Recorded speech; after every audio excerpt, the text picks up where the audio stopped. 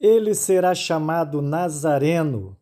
Não tem em nenhuma profecia escrita da Bíblia.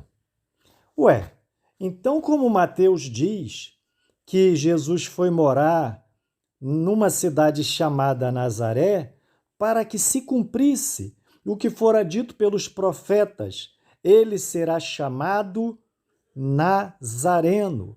Se não existe nenhum texto escrito que Jesus seria chamado Nazareno, como entender essa aparente contradição da palavra de Deus?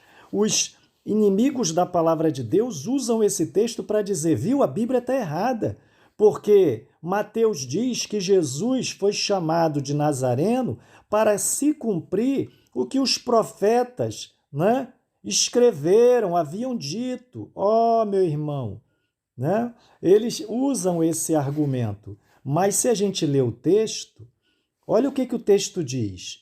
E chegou e habitou numa cidade chamada Nazaré, para que se cumprisse o que fora dito pelos profetas. Ele será chamado Nazareno.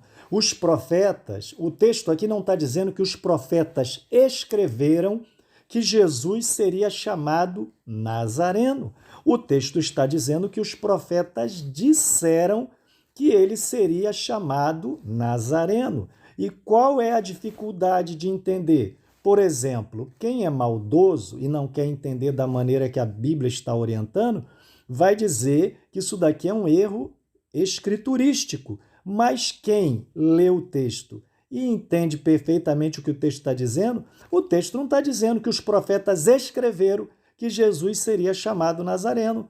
Por isso que você não vai achar esse versículo nos textos da Bíblia, porque os profetas não escreveram, eles apenas disseram. Então, irmão, quando a pessoa diz, aquilo que ela diz pode ser escrito ou não. Então, o texto continua intacto, fiel e verdadeiro.